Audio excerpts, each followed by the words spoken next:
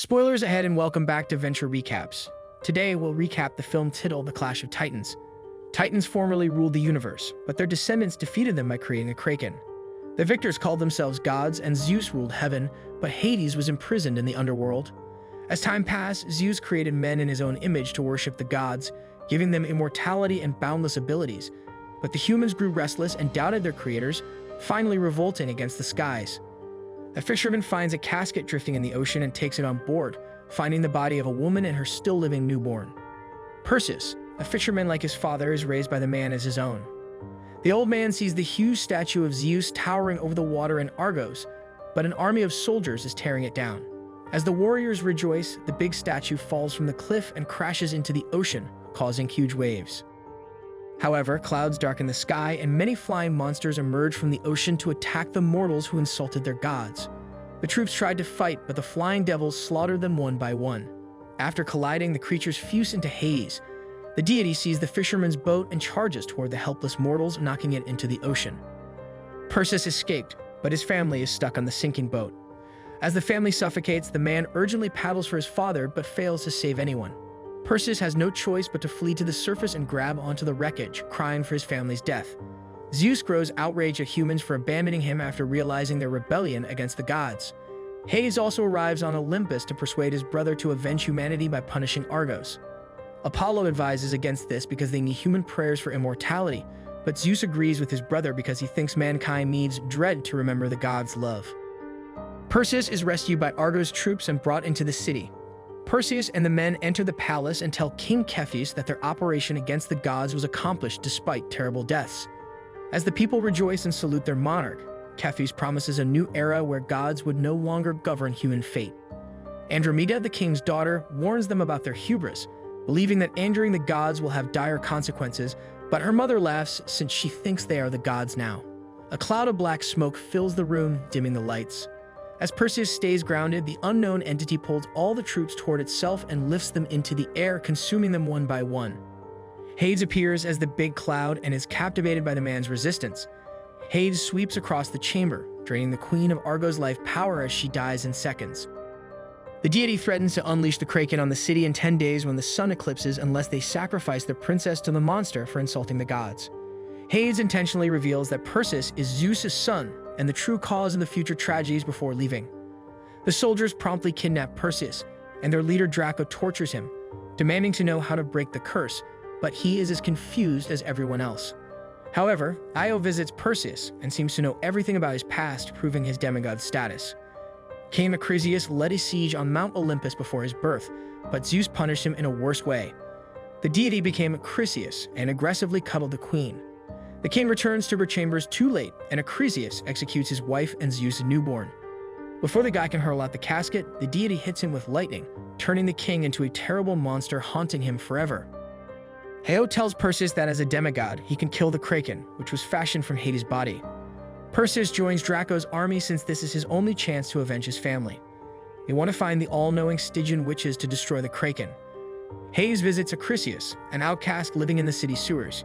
He tells the man that the son of Zeus survived all these years and offers Acrisius as his vengeance weapon. Hades breeds corruption into the man, giving him immense power and promising to destroy Zeus if Acrisius murders the deity's son. Perseus arrives in a jumble with the soldiers and sees a brilliant light calling him. The man is amazed by Zeus' amazing sword, but he refuses to take anything from the gods because they killed his kin. Perseus soon sees several winged horses. Before he can admire the animals, a big black-winged horse lands behind him and frightens him. Eo appears behind Perseus and says it's Pegasus, a mystical creature sent by the gods to help him defeat the kraken. Perseus runs toward the soldiers after hearing a horrific scream and seeing Acrisius kill two of his colleagues. The creature chases and knocks the main character down slopes. The beast leaps high and falls down, just missing Perseus. The creature bites Perseus in the arm, forcing him to scream.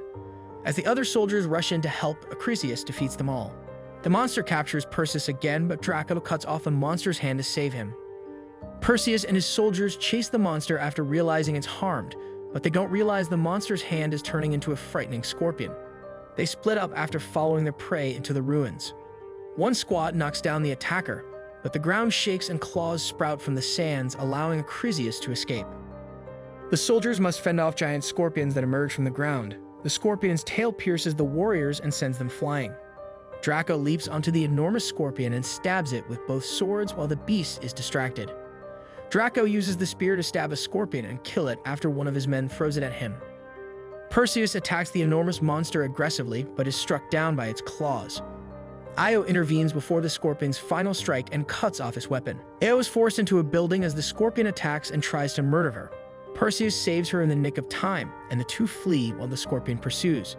Realizing he can't run, the guy throws Io away and prepares to battle the creature alone. The gigantic scorpion charges the man and crashes into the structures, landing on the ground below.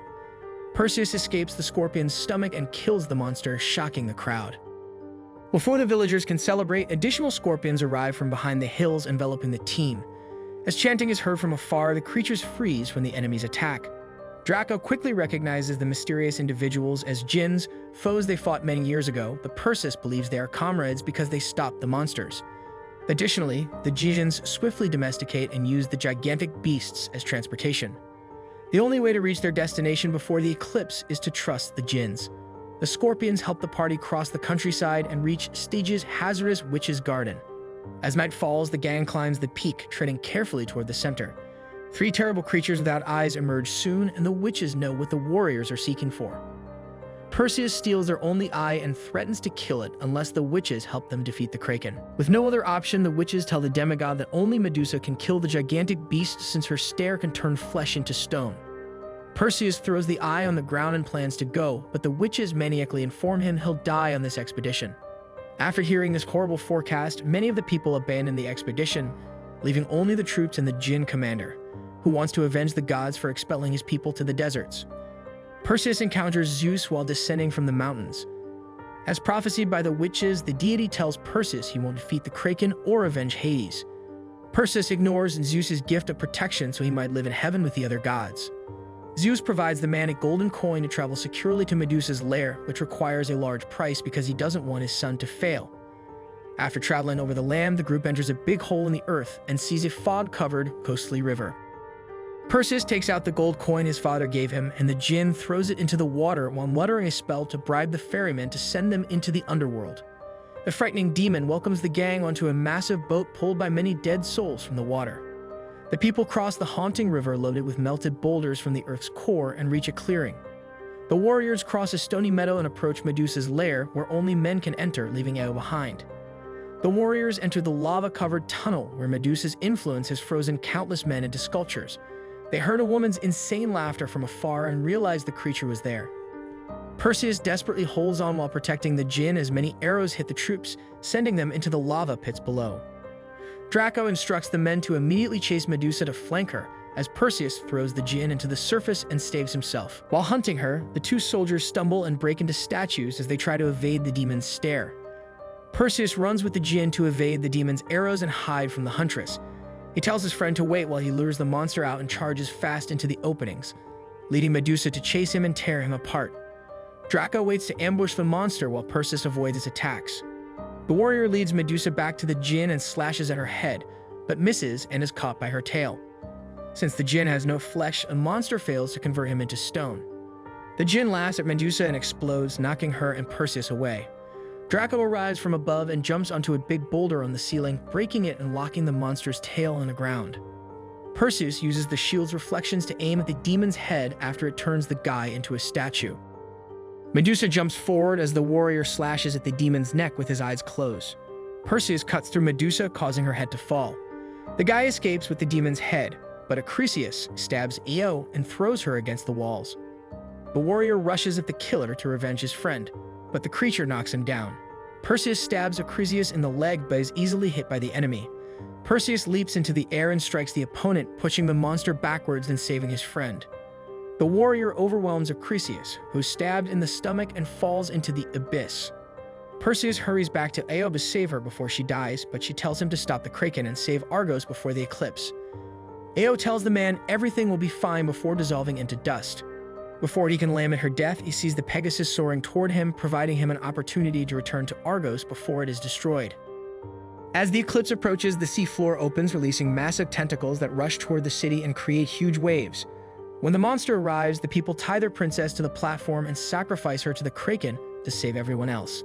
As people flee, giant tentacles from the waves slam into the city, killing everything. Hades tells Zeus that he missiled all the gods into making him stronger, while Olympus' castle shakes violently. Since the Kraken is built from Hades' body, his destructions only augment his might and weaken others. Perseus approaches the Kraken to kill it, but Hades turns into many demons and attacks. Perseus chases the creatures who grab Medusa's head into the city where the huge tentacles are slaughtering innocent people. Perseus knocks down the demons pursuing him while urgently seeking Medusa's head. The princess cries helplessly as the Kraken emerges from the ocean and roars at the people. Perseus chases the flying demon and forces it into the air, just evading the Kraken. The warrior rushes from his flying horse and grabs the creature, sending them falling into the buildings and landing behind the princess. Perseus grabs Medusa's head and races for the Kraken, who prepares to swallow the woman in one bite. The demigod summons Medusa and stares at the Kraken, turning it into stone as it screams. As its body freezes, the monster roars and drops his huge arm on the buildings, killing everyone below. Andromeda sinks into the ocean as the Kraken breaks apart. Perseus summons lightning and tosses the weapon at Hades, sending him back to the underworld. Perseus dives into the ocean and swims fast toward the princess, grabbing her hand and saving her from drowning as they reach the beaches uninjured. Perseus refuses to marry Andromeda because he does not want to be a king. Perseus sees Zeus again after returning the princess to Argos. The deity revives Io to thank his son for saving the heavens, allowing the warrior to spend out his life with his love. Thank you for watching. Remember to subscribe and turn on the notification bell if you want to watch more videos like this. See you on the next one.